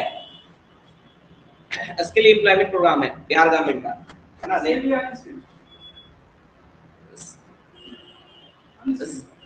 देखिए दो तरह का एम्प्लॉयमेंट होता है, एक वेज एम्प्लॉयमेंट, दूसरा सेल्फ एम्प्लॉयमेंट।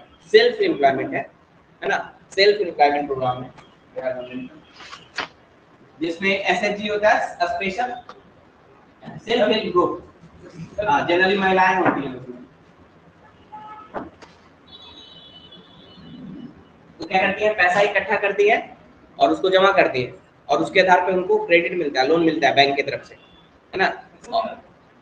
तो 10 लोग मिल करके पैसा जमा किया, हाँ, उस 10 में से किसी को जरूरत है उसे ले सकता है। हाँ, उसी के आधार पे कमाने के बाद वापस उसमें दे दिया, ठीक है। और उसी के आधार पे बैंक भी उनको थोड़ा सा प्रोवाइड करता है। वो अलग। हाँ, गवर्नमेंट ऐसे ही सपोर्ट करता है कि अगर आपने एसएचजी बनाया हुआ है तो आप चाहेंगे अगर ग्रुप में लोन लेना तो लोन भी मिल जाता है उसके आधार पे, है ना। नबार्ड शायद देती है। पैसा तो बैंक में जमा होता होगा ना। हाँ, ये पैसा बैंक में रहेगा, उसी पैसे के आधार पे लोन, हाँ, लोन दे देता है, मतलब क्रेडिट के रूप में।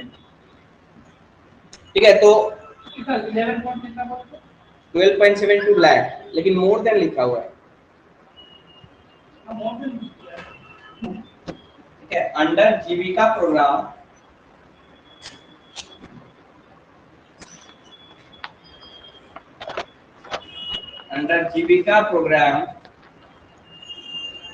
more than 12.72 lakh SHG self help groups are credit link. इसी को कहते हैं क्रेडिट लिंक, इसी को कहा जाता है क्रेडिट लिंक। बैंक के साथ जो लिंक होता है ना, इसी को पहले SHG बनाएगा, उसमें पैसा जमा करेगा, जब देखेगा कि ये एसएचजी सही से काम कर रहा है तो उसको क्रेडिट लिंक कर देता है बैंक के साथ, है ना। तो जब भी जरूरत पड़ता है तो क्रेडिट दे देता है, इसको कहा जाता है credit link, are credit link.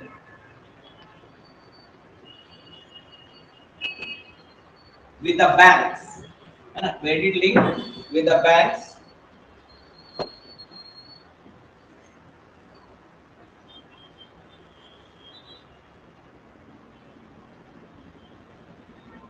ठीक है,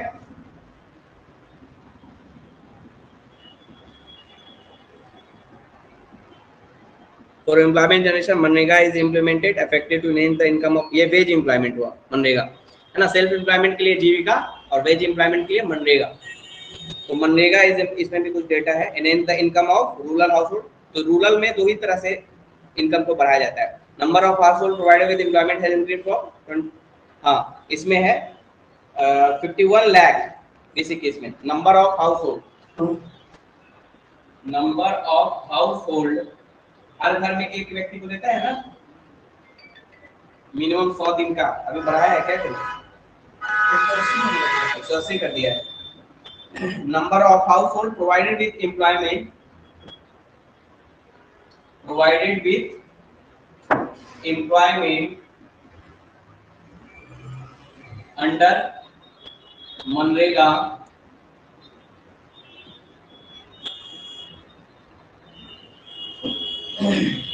is currently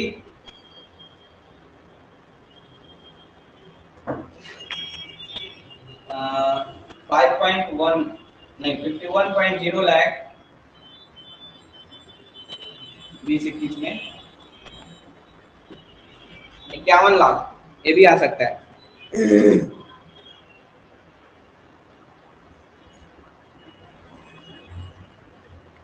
स्वच्छ गांव समृद्ध गांव, इसके अंदर सोलर लाइट्स को लगाना है हर विलेज में, है ना। स्वच्छ गांव समृद्ध गांव, ये भी आ सकता है। क्या है ये हुआ, क्योंकि डिस्कस हुआ है, इस इकोनॉमिक सर्वे में तो आ सकता है। स्वच्छ गांव, सर मनरेगा कब आया था सर? मनरेगा पहले तो महात्मा गांधी नेशनल, ये भी क्वेश्चन पूछ चुका है 5 सितंबर 2005। स्वच्छ गांव समृद्ध गांव 2005 में आया था। पहले महात्मा गांधी नहीं था, नरेगा मनरेगा कर दिया 2005 में, मनरेगा कर दिया नहीं, बाद में किया है। ओ कब आया मनरेगा? अच्छा 2000, हाँ ये क्वेश्चन आया था। क्वेश्चन ये आया था कि कब हुआ था, 10 में किया था। स्वच्छ गांव समृद्ध गांव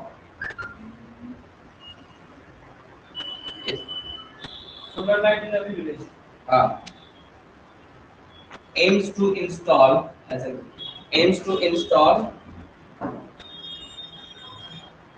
solar lights in all villages. Solar light in all villages.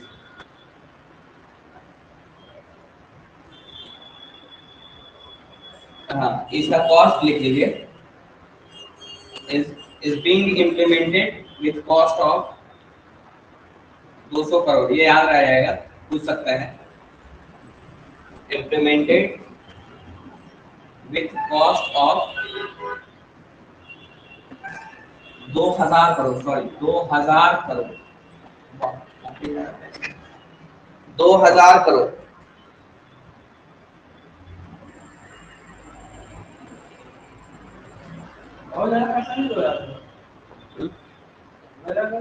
ज्यादा नहीं है,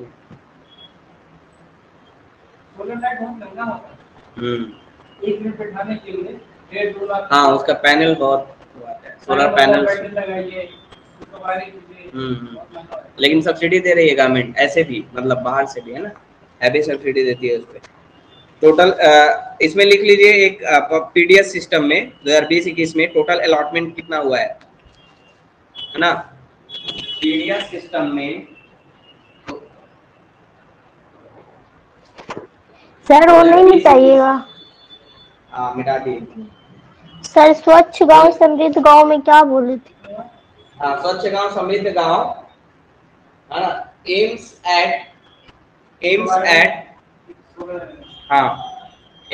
to install solar lights in all villages. Aims to install solar lights in all villages. Aims to install solar lights in all villages is being implemented with cost of 2000 crore. Next जो है under PDS system, under public distribution system, PDS system, the total allotment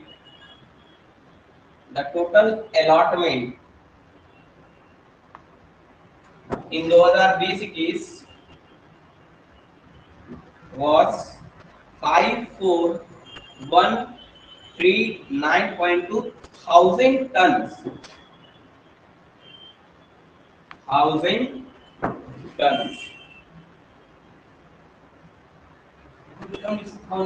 है ना, तो पहले 1000 में 1000 में करेगा और 1000 इसका 1000, हाँ उसका 1000, ये तो नंबर हुआ, अभी इसका 1000, इतना 1000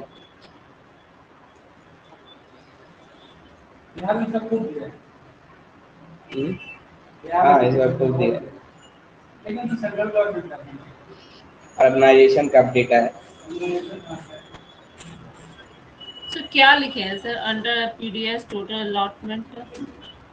अंडर पीडीएस का टोटल अलॉटमेंट, जो अनाज अलाउट करता है ना पीडीएस सिस्टम में देता है ना अनाज, चावल गेहूं, हाँ अब तो वो भी शायद दे रहा है, दाल भी देता है ना अभी, दाल भी है ना, चावल, नमक, तेल, चीनी अब नहीं देता है, पहले बहुत देता था कंट्रोल से। कंट्रोल दूसरा है, कंट्रोल किसके थ्रू? कंट्रोल में हुआ कि लाया जिसके पास राशन कार्ड है या लीजिए और उसको पैसा पे कर, नहीं इसमें भी 2 रुपए 3 रुपए करके है ना, वो 2 रुपए 3 रुपए नहीं था ना। कंट्रोल में कितना लेता है? कंट्रोल किस सिस्टम के थ्रू? कंट्रोल दो तरह के कार्ड होते हैं, ग्रीन कार्ड है, येलो कार्ड है ना। ग्रीन कार्ड वाला के 6-7 रुपए देते हैं, येलो कार्ड वाला के 2-3 रुपए देते हैं। ये पीडीएस में उसके बाद यही है पीडीएस सिस्टम में, जो फेयर शॉप बोलते हैं उसको, जो फेयर शॉप होता है ना वो कंट्रोल से बोलते हैं, वही उस ये सिस्टम है, ये सिस्टम का नाम है पीडीएस। कंट्रोल जब था उसको अनाज बहुत कम देता था, ज्यादा मिलता था राशन तेल, राशन तेल और राशन तो पहले नहीं था, कंट्रोल था तब, इसी में तो था। अब कंट्रोल नहीं है, कंट्रोल नहीं, अब पीडीएस है, ये सिस्टम के थ्रू था, वैसे ही था। कैसे था गवर्नमेंट सब्सिडी देती है चलिए तो मुझे गवर्नमेंट की देती, लेकिन पहले क्या होता था कि इलेक्ट्रिसिटी था नहीं, तो कैसे चलाएगा, गरीब लोग है कहां से लाएगा। अभी जो दुकान है वो उसको क्या बोलते हैं, अभी जो पीडीएस देता है पीडीएस और उसका हिंदी में नाम देते हैं सार्वजनिक वितरण प्रणाली, ये तो इसका नाम है पब्लिक डिस्ट्रीब्यूशन, उसी हिंदी फेयर शॉप बोला जाता है शायद, फेयर शॉप। नहीं दुकान लगा तो बैठा रहता है, हाँ दुकान खुलता है कभी कभी, महीना में 1 दिन खुलता है, 1 दिन देता है, ठीक है। तो उसमें जो अलॉटमेंट हुआ है वो उसी का है 1000 टन, ठीक है। इसके बाद देखिए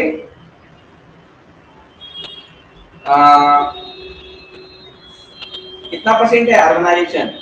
70%। हाँ yes, the present level of urbanisation, मुद्रास्फीति दर क्या है? इन्फ्लेशन, अच्छा मुद्रास्फीति बोल रहे हैं, मुद्रास्फीति दर, मुद्रास्फीति तो शायद एक्सचेंज होता है ना, मुद्रास्फीति वही इन्फ्लेशन भी, इन्फ्लेशन भी। The present level of urbanisation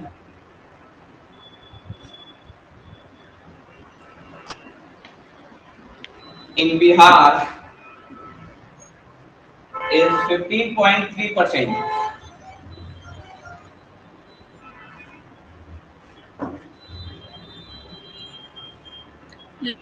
Yes sir, land of क्या?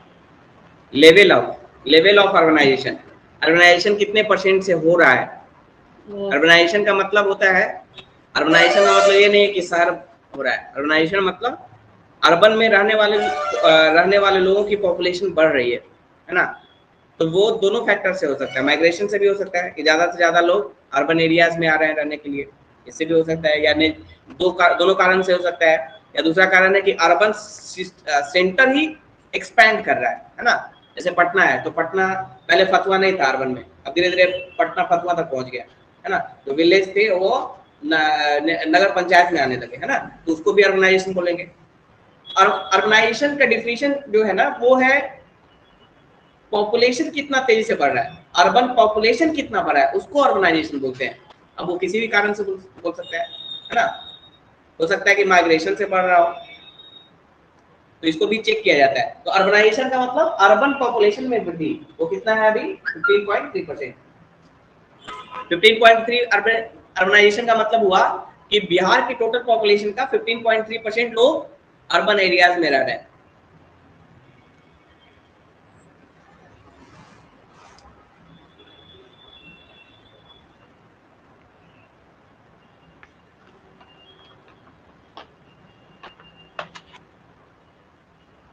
ये याद रखना है कि public sector banks largely dominate the banking sector in Bihar ना। Public sector bank PSU bank largely dominate, ऐसे पूछ सकते हैं ना कि बिहार में कौन से बैंक डोमिनेट कर रहे हैं, प्राइवेट या पब्लिक। लार्जली डोमिनेट पब्लिक रहेगा, हाँ ज्यादा नहीं, डोमिनेट। SBI छोड़ के तो विश्वास नहीं करता काम। गाँव में तो सब SBI ही फैला हुआ है। SBI के अलावा हाँ, डोमिनेट इन बिहार, ठीक है।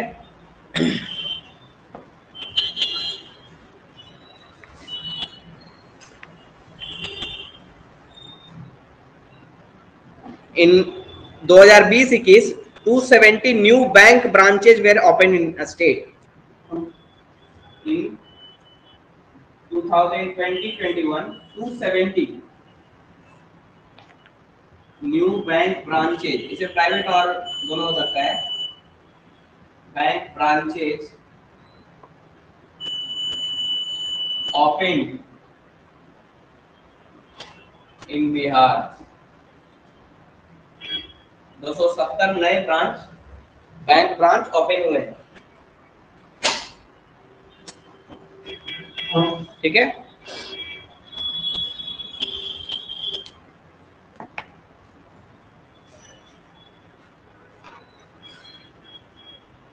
सबसे ज्यादा SBI का 115, 270 जो ओपन हुआ है इसमें सबसे ज्यादा किसका है, SBI का 115।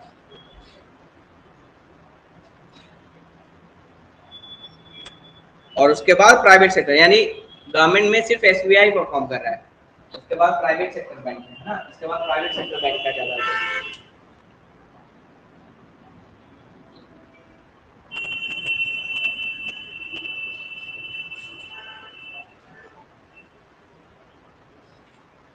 क्रेडिट टू डिपॉजिट रेशियो ना, ये पूछ सकता है, क्रेडिट टू डिपॉजिट रेशियो इन 2020-21 क्या होता है। क्रेडिट टू डिपॉजिट ये बैंक के हेल्थ को बताता है। क्रेडिट टू डिपॉजिट रेशियो क्या बताता है, बैंक के हेल्थ को इन बिहार इन 2020-21 कितना था। क्रेडिट टू डिपॉजिट रेशियो, देखिए बैंक को जो इनकम होता है किससे होता है, क्रेडिट से, है ना, वो इनकम का सोर्स है। डिपॉजिट तो लायबिलिटी है उस पे, है ना, एसेट नहीं है। एसेट क्या है, एसेट है क्रेडिट। हाँ तो लायबिलिटी है ना, वो पैसा तो आपको देना है ना। और इनकम कहाँ से, उसी को देके वो इनकम जनरेट करता है। तो रेशियो हमेशा मेंटेन रहना चाहिए, ऐसा नहीं कि क्रेडिट कम हो जाए डिपॉजिट ज्यादा बढ़ जाए, तो लायबिलिटी बढ़ रहा है तो चुकाना है, इनकम हो ही नहीं रहा है उस पे, है ना। डिपॉजिट पे तो आपको इंटरेस्ट भी तो दे रहा है, हाँ वही से सैलरी जाएगा। तो वही बोल रहे हैं कि देखिए सेविंग पे तो आपको वो परसेंटेज दे रहा है, तो उसमें तो लॉस, अगर क्रेडिट कम हो रहा है उसका और डिपॉजिट पे ज्यादा परसेंटेज दे रहा है तो लॉस में जाएगा।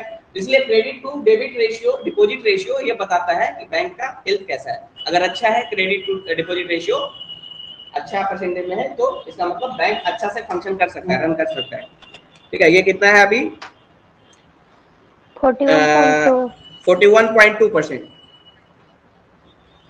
41.2% 2020-21 है ना, ये आ सकता है।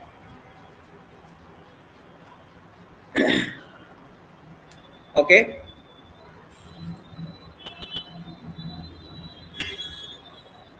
ऑल इंडिया लेवल पे डिक्लाइन हुआ है, ये एक अच्छा पॉइंट है ना। ऑल इंडिया लेवल पे ये डिक्लाइन हुआ है। ऑल इंडिया लेवल पे ये 71.7 है अभी, 71.7 है, 76 से 71 हो गया।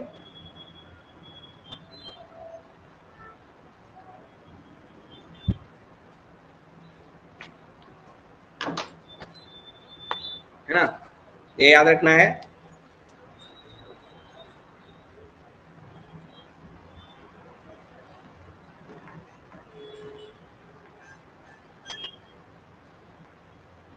दो 2020-21 में जो किसान क्रेडिट कार्ड इशू हुआ है 2.51 लाख नए किसान क्रेडिट कार्ड इशू हुए, ये भी आ सकता है। न्यू किसान क्रेडिट कार्ड क्या होता है? किसान क्रेडिट कार्ड वही क्रेडिट कार्ड है, कर सकते हैं। न्यू किसान क्रेडिट कार्ड इशू इन 2020-21 कितना है? 2.51 लाख।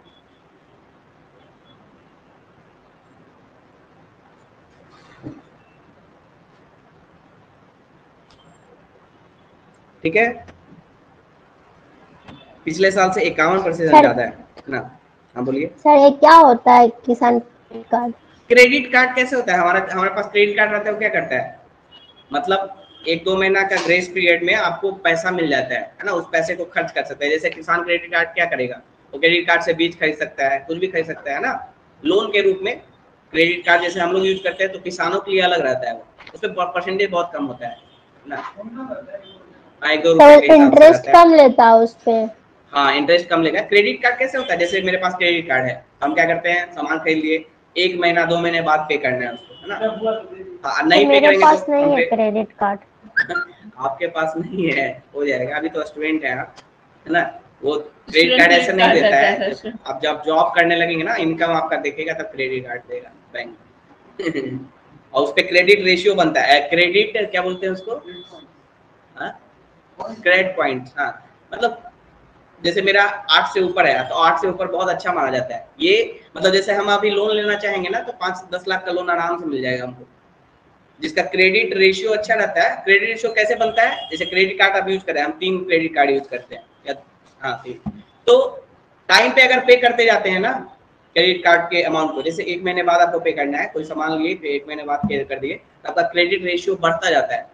और कभी आपको लोन का जरूरत पड़े तो बैंक एकदम तो तैयार रहेगा, पैसा लेकर ले लीजिए, उसको पता रहता है कि ये पे कर देगा, है ना, डिफॉल्टर नहीं होगा।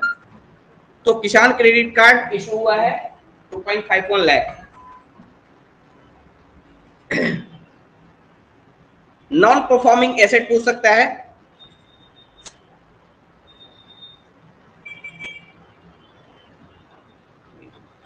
मार्च 21 का डेटा है। NPA of all banks in Bihar,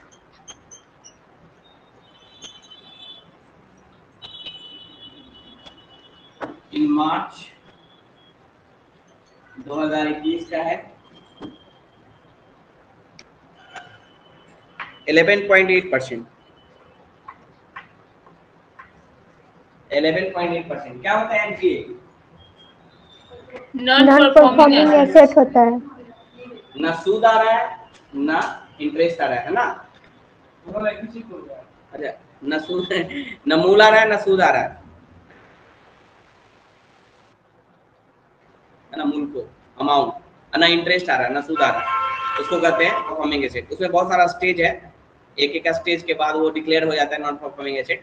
तो बैंक का जो एसेट है, एसेट होता है बैंक का, है ना, उसके 11.8% जो है नॉन परफॉर्मिंग एसेट है सारे बैंक का मिलाकर बिहार में, जो कि कमा है अभी, तो अच्छी बात। एक बार ये हो गया उसके बाद पूरा वीडियो के साथ। हाँ, उसमें नया रूल लाया है ना, इंसॉल्वेंसी एक्ट पास हुआ है, उसमें फिर इंसॉल्वेंट कर देगा आपको, है ना, उसका आपका जो प्रॉपर्टी है उसको वो करेगा। उसका 7,000 करोड़ रुपया था मालियात। 25,000 करोड़ होता उसका सब कुछ बिक गया है। अच्छा। अभी तक वीडियो बना है।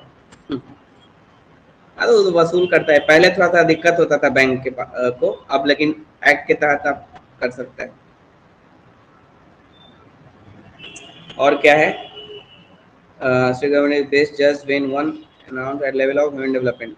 Human development से related कोई data है, the state government share of expenditure on services included has increased from, अच्छा हाँ 44% हो गया है बेसिक इसमें सर्विस सेक्टर का। Share of expenditure on social services, ये लिख लीजिए, आ सकता है ना, ये डेटा पूछ सकता है। हाँ, सोशल सर्विसेज पे कितना एक्सपेंडिचर है, कितना खर्च हो रहा है। 41 है, 44 दिया हुआ है, नहीं 44 है बेसिक इज। अरे वो एस्टिमेटेड है, वो बजट में आता है, एस्टिमेटेड हाँ वो भी पूछ सकता है, वो भी पूछ सकता है।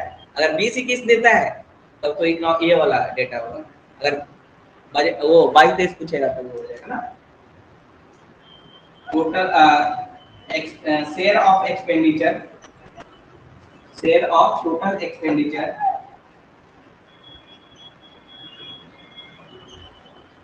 ऑन सोशल सर्विसेज 20-21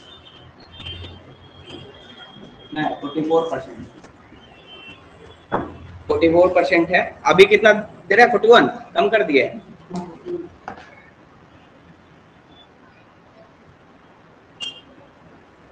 और इंडिया में 13.8% है, 13.8% है Indian level, at all India level 13.8।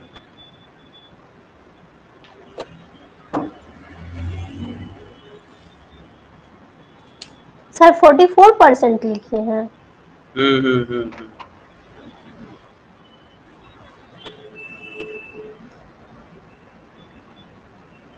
Sir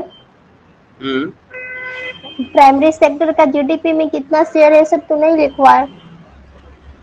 primary sector लिखवा देंगे, जैसे जैसे इसमें है वो वैसे वैसे पढ़ रहे हैं, है ना, अगर इसमें नहीं आएगा तो दूसरे जगह से लिखवा देंगे। पहले देखिए यहाँ पे एक चीज दिया हुआ है कि हेल्थ और एजुकेशन पे सबसे ज्यादा खर्च हुआ है बिहार में, है ना, इस एक्सपेंडिचर का। एजुकेशन पे कितना हुआ है वो आया था, हाँ तो इसमें देखते हैं। और इसके कारण हेल्थ में आईएमआर इन्फेंट मोर्टेलिटी रेट में कमी आई है। अभी कितना है, 29 डेथ्स पर 1000 लाइफ, है ना, ये ऐसे लिख लीजिए। आईएमआर इन्फेंट मोर्टेलिटी रेट कितना है, 29 पर 1000 लाइफ डेथ। 1000 पे निकालते हैं ना, 1000 पे जो जन्म हुआ है उस पे कितना परसेंट मतलब डेथ हुआ है इन्फेंट का। इन्फेंट कितना तक आता है उम्र तक, इन्फेंट कितने तक के उम्र को आते हैं, 0 to 5। सर 1 ईयर्स के बच्चे नहीं 0 से 5 बिफोर 1 इन्फेंट 0 से 5 है ना, तो उसमें अभी कितना है, 29 है पर 1000 लाइफ बर्थ पे 29 बच्चों का मृत्यु होगी। वो एक साल से नीचे वो होता है नवजात होते हैं, न्यू बॉर्न, उसको और एक नेटल बोलते हैं।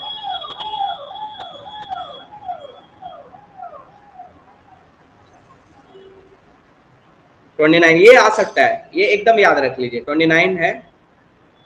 नेशनल कितना है? नेशनल फिगर 30 है, 30 एट ऑल इंडिया लेवल, उससे कम है बिहार में। और इस ये क्यों हुआ है? ये जो 44% आपको दिख रहा है ना, क्योंकि इंडिया पे इतना ही खर्च हो रहा है, यहाँ पे 44%, जिसमें एजुकेशन और हेल्थ दो इम्पोर्टेंट सेक्टर पे खर्च हो रहा है, दोनों तरफ, एजुकेशन और हेल्थ, है ना। उसके कारण इन्फेंट ऐसा जांच आ रहा है ना, तो एजुकेशन बढ़ रहा है, डेटा डेटा के लिए जा रहा है पैसा। हेलो, इस डेटा, हाँ बोलिए। पता नहीं सर वो जो इन्फेंट का जो होता है ना सर, 10 से 1 ईयर होता है, उसके बाद तो उसका टोटलर आ जाता है ना। अच्छा, इन्फेंट 0 से 1 है, हो सकता है गड़बड़ हो गया होगा दिमाग में। इन्फेंट अच्छा टॉडलर हो जाता है। इन्फेंट का डेफिनेशन जो था IMR में, infant definition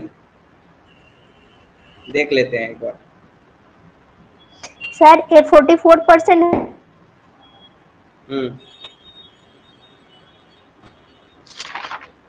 IMR infant mortality, the death of an infant before his or her first birthday। अच्छा हाँ, 1 साल के नीचे का होता है, 5 साल क्यों दिमाग में आ गया मेरे, ठीक है तो ठीक कर लीजिए। 1 साल के नीचे का number of informed death for every 1000 live birth, पहले डेथ से पहले, यस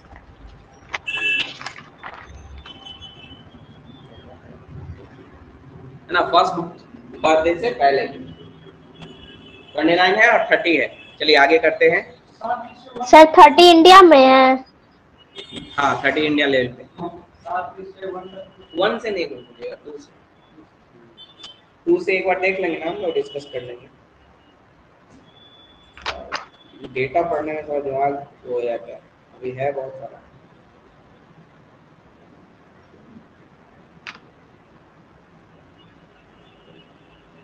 ठीक है, तो कल करेंगे, टाइम ऑलमोस्ट हो चुका है, कल करेंगे और चीजें। ये खत्म होने के बाद देखते हैं और दूसरे टॉप इकोनॉमिक सर्वे का दूसरा डॉक्यूमेंट। इकोनॉमिक सर्वे को अच्छे से कर लेंगे, फिर बजट को अच्छे से कर लेंगे। बजट में आपको देगा डेटा जो एस्टिमेटेड है ना, तो लिख देगा एस्टिमेटेड डेटा, और वो रहेगा 22 देश के लिए ना। बजट में जो डेटा देगा आपको तो 22 देश का डेटा होगा। इकोनॉमिक सर्वे में तो हमने देखा कि 20 तक है ना, 20-21 का ही डेटा है लगभग। बजट भी देख लेंगे, 7 निश्चय 2 देख लेंगे, है ना, 7 निश्चय 2 देख लेंगे प्रोग्राम एक बार सही से, बजट देख लेंगे। उसके बाद फिर बचता है तो और देखेंगे, इंडेक्स देख लेंगे, इंडेक्स हो गया। हाँ, मतलब इसमें बताइएगा, हिंदी वाला समझ में नहीं आता।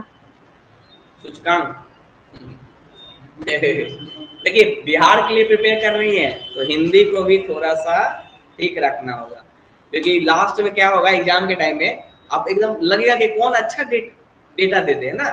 हिंदी में बहुत सारा हिंदी वाला बहुत अच्छा है, हाँ हिंदी वाला बिहार में बहुत अच्छा देगा आपको करेंट अफेयर्स, उससे पढ़ के जाएंगे ना तो बहुत सारा क्वेश्चन लड़ जाएगा। इंग्लिश वाला थोड़ा पता नहीं हवा में रहता है, अच्छा डेटा देता नहीं है, मतलब अच्छा किताब नहीं निकलता, मैगजीन नहीं निकलता, इसलिए हिंदी को भी थोड़ा सा ध्यान रखना होगा अभी से ही, क्योंकि लास्ट टाइम में आपको वही हेल्प करेगा। जब ऑफिस में काम करने जाएगा ना आदमी, हाँ